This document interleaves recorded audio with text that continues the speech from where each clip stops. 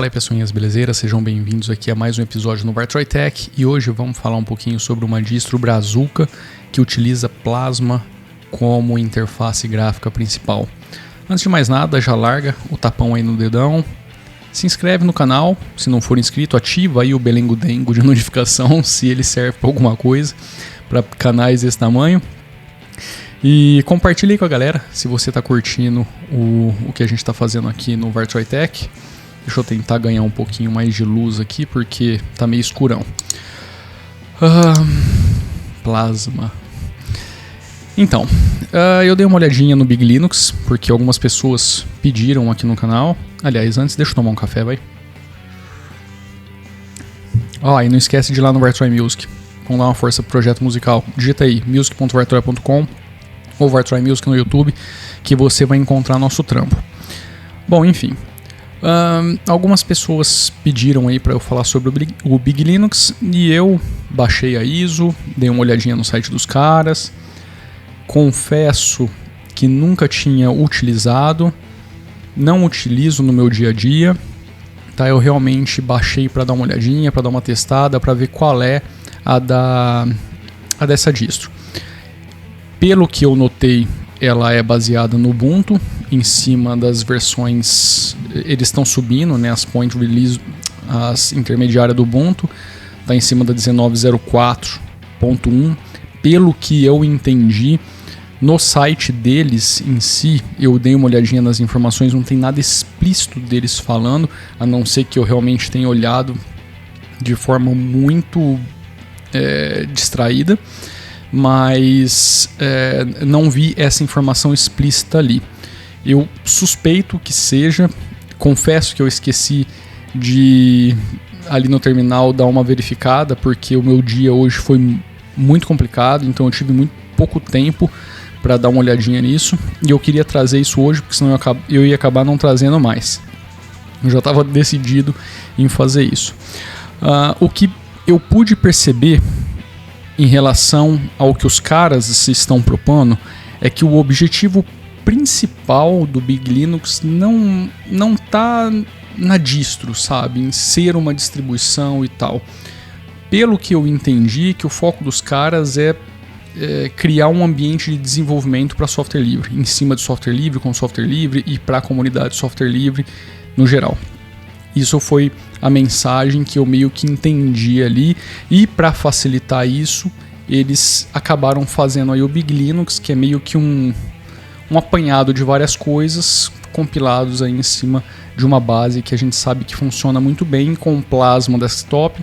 Eu acho que uma coisa bacana é que eles deram uma customizada no Plasma, então assim, mesmo que de forma bem sutil, você já consegue perceber uma boa diferença em relação à grande maioria das distribuições que vêm com Plasma por padrão. Muitas das coisas que eles fizeram, eu acredito que para funcionar perfeitamente você precisa instalar ela no seu computador. Eu digo no sentido de tema, tá?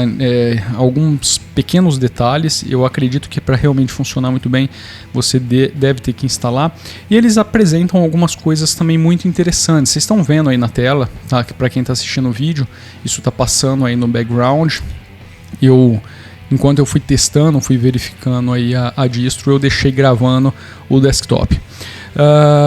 Eles criaram algumas coisinhas, algumas customizações. Por exemplo, se você vai entrar na loja de aplicativos, eles estão utilizando o Discover como loja principal. Só que antes você recebe uma tela assim com os efeitos muito bonitinhos e tal, perguntando qual que é o tipo de aplicativo que você quer acessar. Eles separam isso. Você quer acessar a base principal, né, que são os aplicativos nativos daquela versão da distribuição. Que é o modelo de empacotamento que a gente conhece. Você quer acessar os Flatpaks, que são os aplicativos em containers, que tem um maior envolvimento ali. Não é que tem um maior envolvimento, mas o pessoal do GNOME está mais junto ali daquele negócio. A gente tem, lógico, que outros ambientes trabalhando com isso, mas ele nasceu ali naquele miolo. E você também tem os snaps, que está muito ligado não, está inteiramente ligado a Canonical. Então você tem essa distinção, e quando você clica em uma dessas opções, o Discover automaticamente dispara um search por baixo dos panos e acaba te apresentando os aplicativos relacionados àquele tipo de empacotamento. Eu achei interessante, tá? Talvez para uma pessoa que não saiba nada sobre isso possa causar alguma confusão, apesar de que se você passar o mouse em cima, ele tem um explicativo do que são as 3 categorias de aplicativos. Tudo é muito explicado, todas as coisas que eles apresentam de novidade, meio que tem esse esqueminha de você passar o mouse e você ter um dizer sobre do que se trata aquilo, inclusive, por exemplo, o gerenciamento de driver, de o que tinha mais ali, de kernel, assim, sabe? Eu achei essas pequenas ferramentas que eles apresentam bem interessantes, para ser bem sincero. Como eu falei, algumas delas para testar mesmo, para ver a coisa funcionando, eu acho que só com o sistema instalado, e eu não ia ter como instalar o sistema para fazer isso. Mesmo não tendo instalado, eu assim, me agradou demais ver algo do tipo, porque são coisas que podem facilitar bastante para aquela pessoa que quer utilizar o Plasma, uma distro brazuca com foco maior na língua portuguesa e tudo mais. São ferramentas que estão sendo pensadas aí, pelo menos pelo que eu imagino, no público daqui. Tem algumas inconsistências ainda no sistema, tanto de layout quanto de... o que é que eu tinha notado? Por exemplo, 2 lojas de aplicativos, eu não acho bacana, tá? Eu venho falando isso em todas as vezes que eu vejo alguma distribuição, não importa qual seja ela, eu não acho bacana a duplicidade de recurso.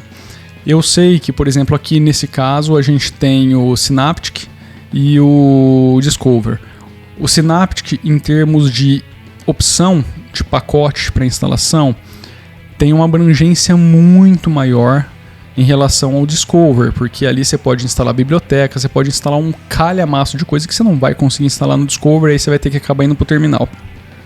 Então isso tira a necessidade do usuário ir lá para o terminal e fazer a instalação. Mas, assim mesmo, eu não acho legal. Eu não digo que não seja legal dos caras fazerem isso. Eu acho que isso sinaliza, olha... A gente tem que resolver isso de alguma forma com o aplicativo principal, nem que exista ali uma opção que passe a mostrar todas as bibliotecas, todo o calhamaço de aplicativos que podem ser instalados via interface gráfica em uma seção separada, entendeu? Dentro do Discover, não sei, um plugin, whatever, não sei como que isso poderia ser resolvido, entendeu? Mas aí você tem duas lojas de aplicativos no mesmo lugar. E tudo que é duplicidade para executar a mesma tarefa, para mim é complicado, eu não acho legal, tá? Por essa linha de raciocínio, tá, eu consigo entender o porquê de se ter o Synaptic. Eu realmente consigo, porque elimina o terminal para praticamente 90% das pessoas que cairiam no terminal por conta desse tipo de instalação. Porque no final das contas é basicamente o que ia acontecer. Eu preciso instalar uma biblioteca, isso, aquilo, outro. Não tem como instalar pela loja de aplicativos, abre o terminal, vai lá e instala, mas aí com o Synaptic você elimina o terminal da brincadeira toda. Eu entendo isso, mas eu acho que isso sinaliza aí um feature que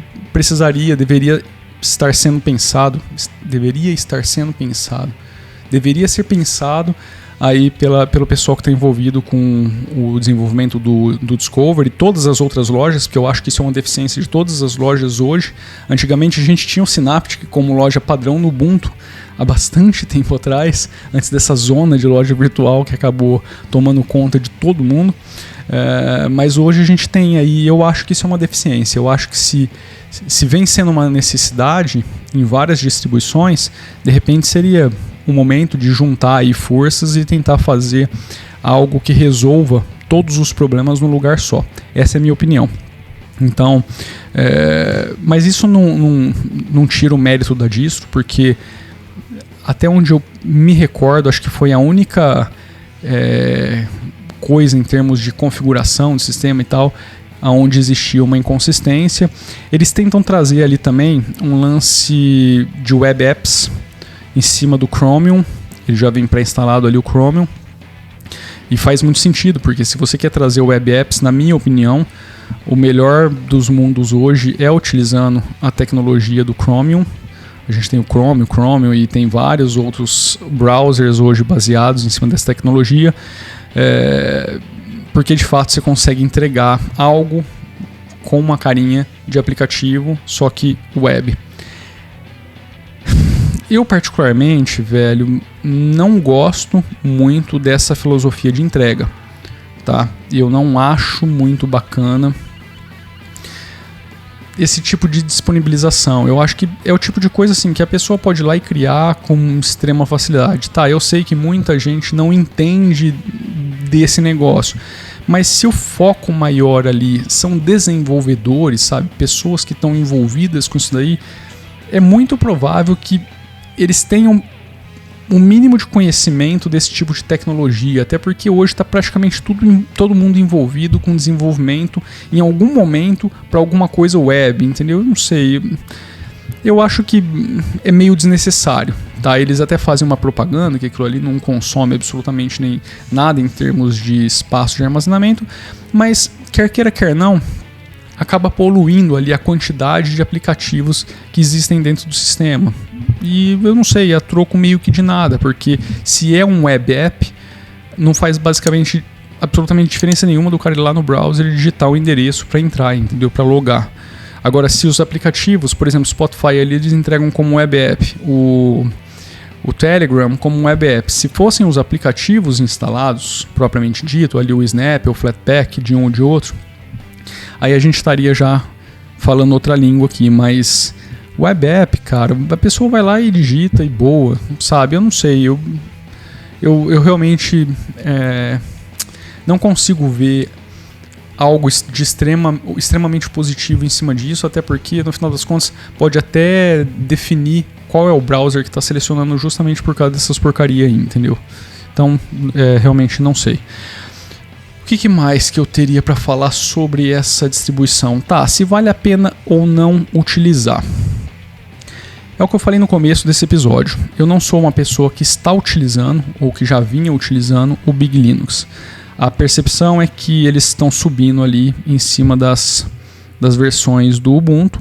Se eu estiver errado, por gentileza, alguém me corrija aqui embaixo, porque é muito importante. Eu coloco o comentário em destaque. Eu não sei o que eu faço aí para deixar essa correção. Ou então trago num próximo episódio, se eu realmente estiver equivocado nisso. Mas se de fato for essa a ideia dos caras, eu já fico um pouquinho de pé atrás, tá? Até porque eu vi muitos repositórios adicionados por padrão ali dentro da distro e eu não sei como o sistema se comportaria num upgrade. Se você for ter um sistema com uma vida útil só de 9 meses, para desenvolvedor, putz, velho, não. Eu acho que os caras deviam estar focados em cima da LTS. Tá? Oferecer 5 anos aí de vida do sistema, de 3 a 5 anos de vida para o sistema, porque, cara, desenvolvedor não é um tipo de pessoa que vai ficar limpando, reinstalando e correndo o risco de perder seu workflow a qualquer momento, entendeu? Eu conheço muitos desenvolvedores, para os caras mexerem no sistema deles, tem um amigo aqui que ele tá querendo migrar para Linux, só que ele fala, velho, putz, para eu parar tudo que eu tô fazendo para fazer essa migração, vai ser um parto. Então ele tá enrolando já tem um tempão. Ele até me pediu aí umas dicas e tal. E ele não consegue porque, assim, tem aquela coisa, ele tem que parar tudo para desmontar o ambiente dele e remontar no Linux. Isso vai um puta de um tempo, puta de um trampo, pode não dar certo, ele tem que voltar e aí ele não pode parar. Então, saca, eu acho que assim, não faz muito sentido se o público-alvo de fato for esse. Aí eu já não acho bacana. Tá? Aí fica uma coisa meio que de entusiasta, a pessoa quer experimentar o Linux e tal, e vai testar aquilo ali e boa, mas aí a gente junta duas coisas. Primeiro que aparentemente o foco dos caras não é a distribuição, né, e sim o ecossistema. E aí depois você tem mais esse porém aí, que é algo que tem a vida útil muito curta. Então você vai ter que ficar subindo as versões e sempre existe um risco no upgrade, e você tem muitos canais de software já adicionados, esses canais de software podem se quebrar.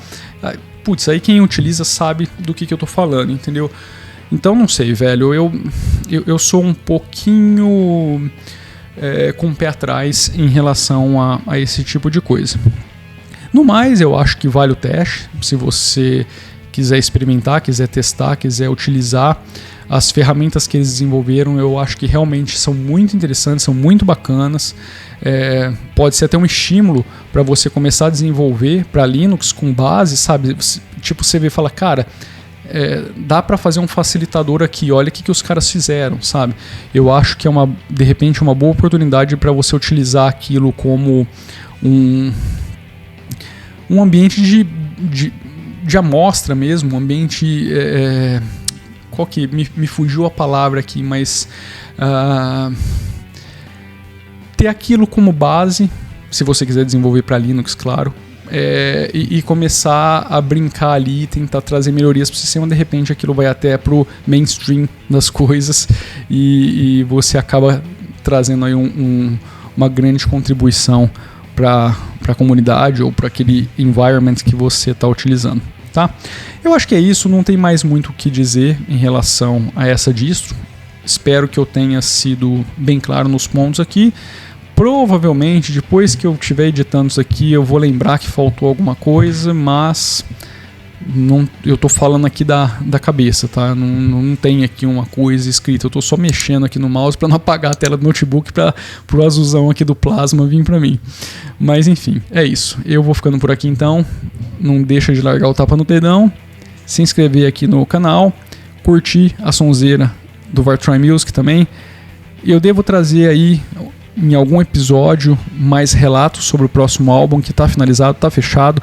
Essa semana já deve estar disponível se você quiser adquirir, vai estar muito baratinho. E continua naquele esquema, uma música por mês, logo tá vindo outra aí, beleza? Vou nessa então, um abraço, fui!